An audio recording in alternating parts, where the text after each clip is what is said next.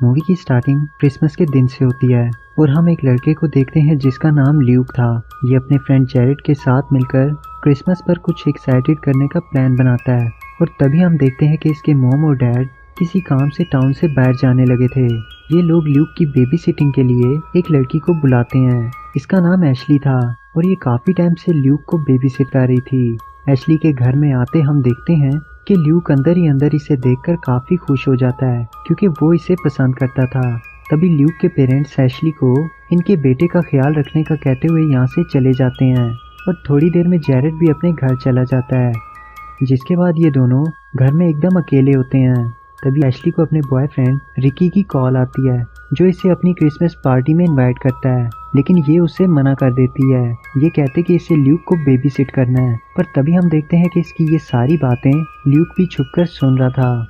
जिसके बाद ये दोनों मिलकर एक हॉरर मूवी देखने लगते हैं। तभी एशली एक सीन देखकर डर जाती है और ल्यूक इसे कंफर्ट देते हुए किस करता है, लेकिन एशली को ये सब अच्छा नहीं लगता। तभी इनके घर की बेल बजती है, जहाँ जाने पर ये दोनों देखते हैं कि बाहर एक पिज़्ज़ा डिलीवरी बॉय खड़ा था। ये दोनों उसे कहते हैं कि उन्होंने तो कोई ऑर्डर नहीं किया था, जिस पर वो डिलीवरी बॉय कहता है कि मुझे ये ऑर्डर यहीं पर डिलीवर करने का कहा गया था।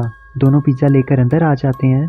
तभी एशली को किसी की कॉल आती है, जिसे पिक करते ही कोई उसे कहता है कि वो इन दोनों को छुपकर देख रहा है। ये सुनकर वो पूरे घर को चेक करती है और अचानक से इसे खिड़की के बाहर सेंटा का स्टैचू दिखाई देता है, जो कि पहले वहाँ पर नहीं था। वो देखती है कि बैकयार्ड का गेट भी अपने आप ही खुल गया था, जो कि इसने खुद बंद किया था। वो जल्दी से आकर इसे लॉक कर देती है। इसे लगता है कि कोई इन लोगों को थ्रेट करने की कोशिश कर रहा है, तो वो ल्यूक से अपना सेलफोन मांगती है ताकि ये लोग पुलिस को कॉल करके हेल्प ले सकें। ल्यूक इसकी तरफ फ़ोन फेंकता है, लेकिन वो एक्वेरियम में गिर जाता है। जिसके बाद इनके घर की फिर से बेल बजती है और ये दोनों डरते हुए मेन डोर की तरफ जाते हैं, लेकिन इसे खोलने पर इन्हें वहाँ पर कोई भी दिखाई नहीं देता। दोनों को ये सब काफ़ी अजीब लगने लगता है, पर तभी अचानक से इनके सामने ल्यूक का फ्रेंड जेरेड आ जाता है, जिसे देखकर ये दोनों डर जाते हैं। एशली उससे पूछती है कि क्या वो थोड़ी देर पहले इन लोगों के साथ कोई प्रैंक कर रहा था, और जेरेड के ना कहने पर ये दोनों शॉक हो जाते हैं। वो इनसे कहता है कि वो अभी अभी यहाँ पर आया था। इतने में ऊपर से कांच टूटने की आवाज़ आती है और ये सभी समझ जाते हैं कि घर में कोई और भी है। तभी एशली अपनी सेफ्टी के लिए एक नाइफ लेकर ऊपर के फ्लोर पर देखने जाती है, जहाँ जाने पर वो देखती है कि किसी ने इनकी खिड़की का कांच तोड़ दिया था। वो ये सब देखकर पुलिस को बताने की कोशिश करती है, लेकिन घर में किसी भी फ़ोन का नेटवर्क नहीं आ रहा था, ना ही इनके घर का इंटरनेट भी काम कर रहा था। जिस पर एशली ल्यूक को लेकर नीचे आती है ताकि वो घर के सिक्योरिटी पैनल को ढूंढ सकें, पर ल्यूक कहता है कि इनके घर में तो कोई सिक्योरिटी पैनल नहीं है। तो एशली बाहर जाकर पुलिस से हेल्प लाने का सोचती है, पर जब वो बाहर आती है तो वो देखती है कि इनकी गाड़ी का टायर भी पंचर हो रखा था। ये देखकर वो एकदम डर जाती है और अंदर आकर घर को लॉक कर लेती है। तभी जेरेड नीचे आकर इन्हें वो ईंट दिखाता है जिस पर लिखा था कि यू लीव यू डाई। दोनों ये देखकर हैरान हो जाते हैं और समझ नहीं पाते कि ये कौन कर रहा है, लेकिन जेरेड इस बात से काफ़ी ज़्यादा डर चुका था, तो वो घर से भागने की कोशिश करता है। इतने में इन दोनों को गोली चलने की आवाज़ आती है और इसे कोई मार देता है। डर के मारे एशली और ल्यूक आकर घर की एटिक में छिप जाते हैं और मौका देखकर ल्यूक अपने डैड के रूम से उनकी गन ले आता है। तभी दोनों देखते हैं कि वो शूटर इनके घर में आ चुका था, तो ल्यूक एशली को लेकर अपने रूम की अलमारी में आकर छिप जाता है, लेकिन वहाँ पर खिलौने की आवाज़ से वो शूटर जान जाता है कि ये लोग कहाँ छिपे थे और वो इनके रूम की तरफ आ जाता है। तभी हम देखते हैं कि एशली की नज़र शूटर के मास्क पर पड़ती है और वो पहचान जाती है कि ये मास्क तो ल्यूक का था, जो इसने ल्यूक को टेबल पर रखी हुई फ़ोटो में पहने देखा था। वो शूटर से अपना मास्क उतारने का कहती है और यहाँ रिवील होता है कि ये शूटर और कोई नहीं बल्कि जेरेड था। असल में ये सारी प्लानिंग ल्यूक ने कर रखी थी, जिसके चलते वो एशली की जान बचाकर उसे इम्प्रेस करना चाहता था, लेकिन ऐसा कुछ भी नहीं होता। एशली इस पर और ज़्यादा गुस्सा हो जाती है और वो ल्यूक को साइको कहते हुए उसके पेरेंट्स को कॉल करके सब कुछ बताने जाती है, पर तभी हम देखते हैं कि ल्यूक ऐसा करने से पहले ही उसे मारकर सीढ़ियों से नीचे गिरा देता है और वो बेहोश हो जाती है।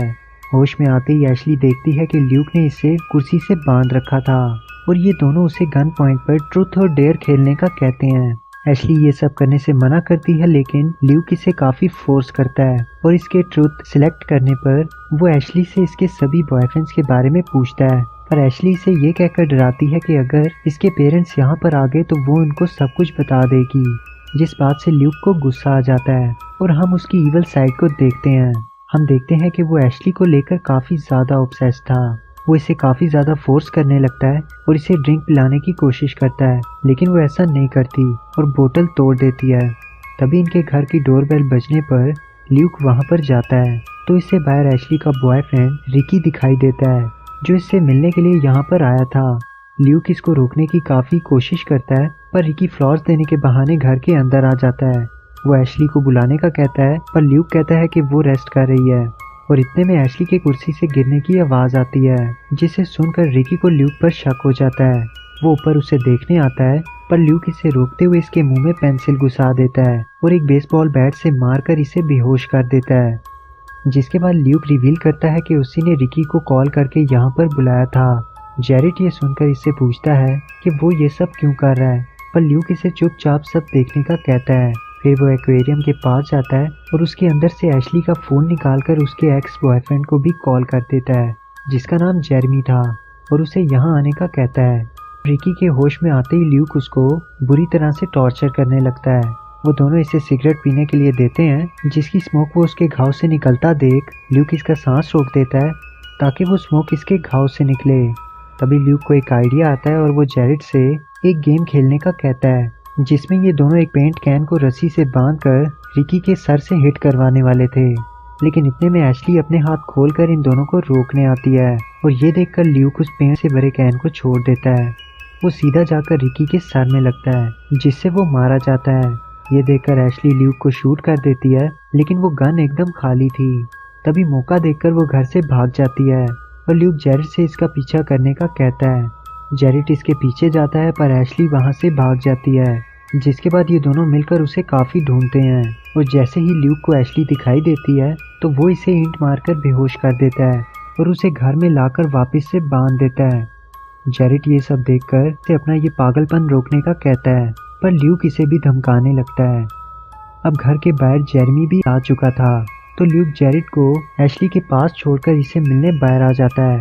वो जेरेमी को एक अपॉलॉजी लेटर लिखने का कहता है और उसके ऐसा करते ही वो इसे देखते ही देखते रस्सी से बांधकर पेड़ से लटका देता है, जिससे उसकी भी मौत हो जाती है। यहाँ जेरेट को एशली पर तरस आने लगा था, तो वो इसके हाथ पैर खोल देता है और इसे सॉरी कहते हुए इसके गाल पर किस करता है।